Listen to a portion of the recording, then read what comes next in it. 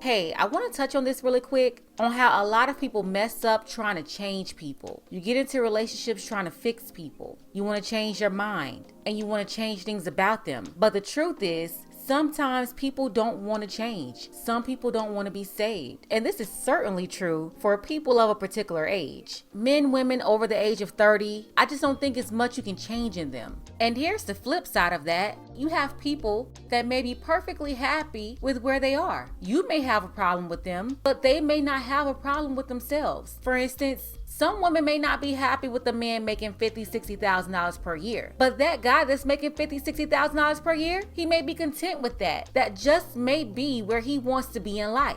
Now, if that's something that you don't want, it's up to you whether or not you want to be with that person. But trying to push him and change him to get more ambition or whatever it is that he needs to make more money to make you happy, that just may not be the way to go. Same for men. You're trying to get a woman to submit to you, and that's just not her belief. So what are you supposed to do? Drop that person and find someone who's going to fit into your program. I had the chance to catch one of Monica's lives, R&B Singer Monica. She was on there answering questions, and some people had questions about love and relationships. Monica is like a homegirl, like a girl's girl. The thing is, the attributes that women we look for in our friends is different from what a man is looking for in his woman he wants to be with. That's why sometimes it's difficult to get advice from women when what they're saying is not a reflection of what the men are asking for. So I certainly understand that, but I also want to note that as a person to person level, I think that Monica is a grounded person, and I think she has a good heart. So when she's talking to people, I don't believe it's coming from a negative place at all. She gives her honest opinion. I respect that, even if I don't agree with everything she says. So let's go ahead and get into it. Ooh, a whole mess, child.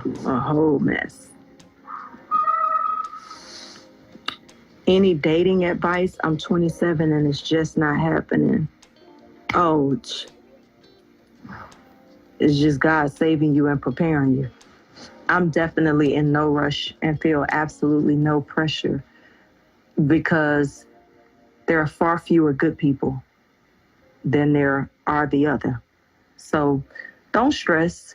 Don't stress it. And right now is a really difficult time to be meeting people because we don't get out as much. But I think there's really some peace and solace to be found in that. And sometimes people start placing all these issues on age. And I believe things happen when they're meant to, no matter the circumstances. Monica is 40 years old, and the woman she was talking to, she's 27 years old. Keep that in mind as well. And this may be an example of some of the bad advice that younger women may get from older women. Monica told her, God is saving you and preparing you. I understand what Monica was trying to say, but God is not preparing you to be with a man by keeping you alone without a man and just sitting around waiting for God's blessing to walk into your life. You have to do the work to prepare yourself. God can't do the work for you. Monica says, I'm not in a rush and have no pressure. For Monica and someone at her age and her situation, that may be good advice. I mean, she's still fresh from a divorce. She has a young daughter and she has minor sons as well. But for a 27-year-old, she's right at the time where she should be settled with the man that she's gonna be with. There is pressure for her. And I understand why the 27-year-old asked the question. She knows that she's approaching 30.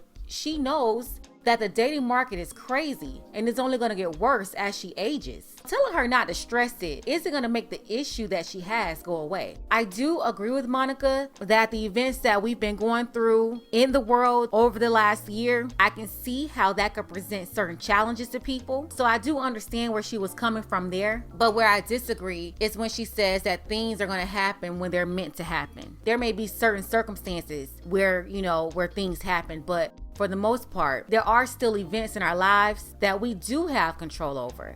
So everything isn't out of our control. And the things that we can control, we have to be responsible for those things and making those decisions so that we can get the best possible outcome. What are my thoughts on people that want to date but are very insecure? Yeah, that's a tricky one. I mean, we live in a world that's really hard on us as people as a whole, but insecurities come from a lot of different things. And I always say that you can't complete a situation if you're not whole. So I just continue to work on myself so that I don't bring what I've experienced into other things and into other people's lives. That was good advice. I agree with Monica. That reminds me of that call that we went over the other day, where the woman had a really bad breakup. She rushed into a relationship with this African man. She wanted to show him that she was down for him. So she went and got a tattoo on her neck and then got mad when he dumped her because he was not happy with her putting ink on her neck like that. If you missed that video, I'll leave the link below in the description. You have to check it out. But yeah, Monica is right here. When you're broken, you have to do your work before you try to get with someone else. And it's also unfair to bring crazy baggage from one situation to another. That's like bringing mess and trash into a brand new home. You don't want to do that. So I certainly agree with Monica there. And my advice on dating is to take people as they are, not as you think you can make them, not as you think you can correct them or fix them.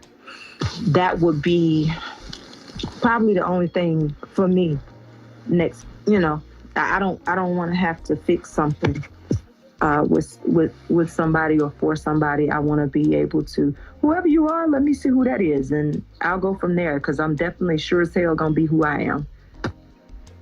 But that's the only dating advice I got. Everything else is trial and error.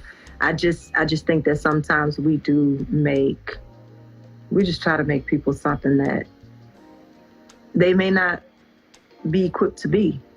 That's the point I wanted to make right there. When women especially, they're outside of that coachable age or stage, you can't change your minds. Men can also be the same way. Once a person is a particular age, they're not changing. What you see is what you get. You are not going to change anybody. And a lot of people make this mistake trying to get a Build-A-Bear or a Barbie doll. They think they could fix people up, but it's just not happening. You have to know exactly what it is that you want and what you want to accept. And you set yourself up when you make decisions on people based on what they could be. That person may not change or go in the direction that you want them to. Some younger people, they still have time to change or develop because they're not 100% set in their ways yet, but that's just not the case for a lot of older people. But I was going through it. And then all of that, I was going home to a hotel.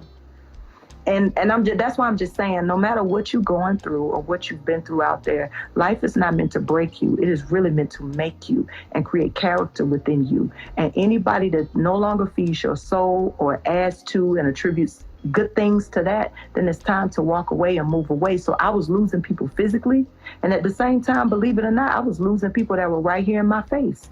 They weren't there for me. People were hurting me that was supposed to be there for me. I was dealing with a lot at one time. So I'm telling you that don't think one red coin, one award, none of this stuff around me, amongst me, keeps me at peace. None of it holds me at night. None of it dries my tears. None of it.